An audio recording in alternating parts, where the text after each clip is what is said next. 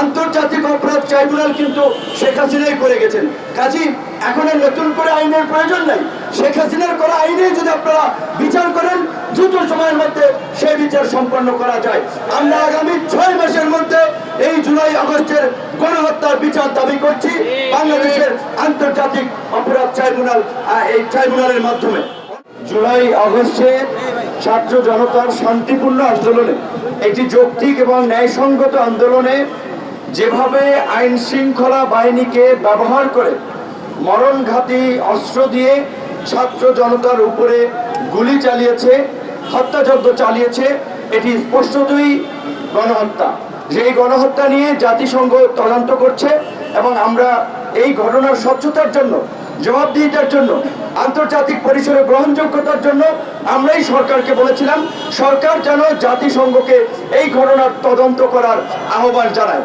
জাতিসংঘ সরকারের ডাকে সায় দিয়েছে, বিভিন্ন অংশীজনের সাথে বসছে এবং প্রত্যেকের কথাগুলো শুনছে।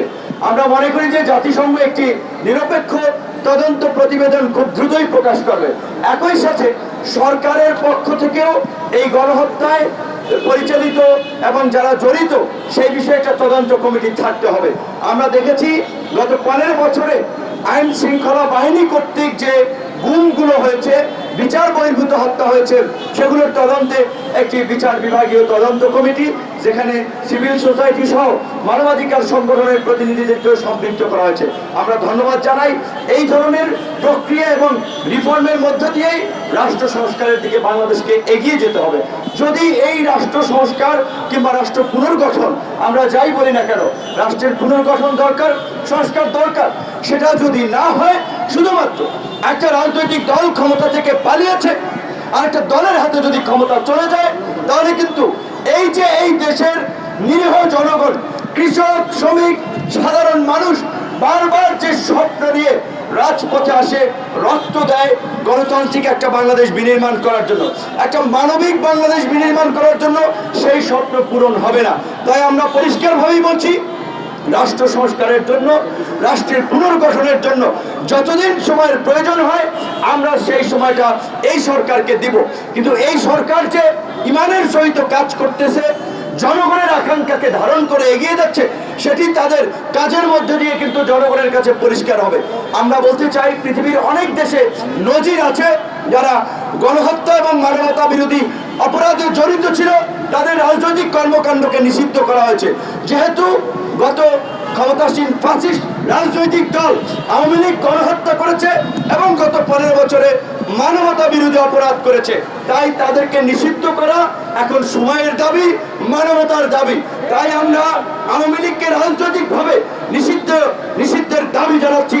একই সাথে এই যে ছাত্র জনতার গত জুলাই আগস্ট সহ গত 15 বছরে ছাত্রলীগ, যুবলীগ যে সন্ত্রাসী কার্যক্রম করেছে, পরিষ্কারভাবেই অনেকগুলো আপনার আপিল ইন্টারন্যাশনালি করা হয়েছিল যে ছাত্রলীগকে সন্ত্রাসী সংগঠন হিসেবে ঘোষণা দেওয়ার জন্য।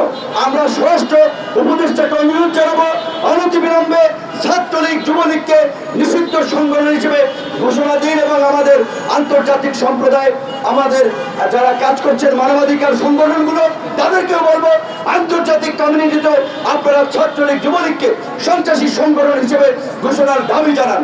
আওয়ামী লীগকে নিষিদ্ধ, সেটি রাজনৈতিকভাবে যেমন দাবি, সরকারেরও কিন্তু দায়িত্ব রয়েছে।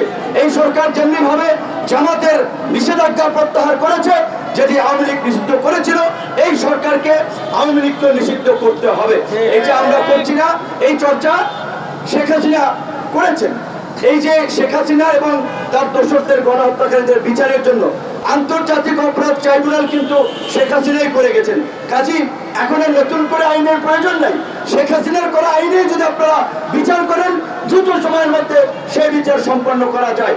আমরা আগামী 6 মাসের মধ্যে এই জুলাই আগস্টের গণহত্যার বিচার দাবি করছি বাংলাদেশের আন্তর্জাতিক অপরাধ ট্রাইব্যুনাল, এই ট্রাইব্যুনালের মাধ্যমে।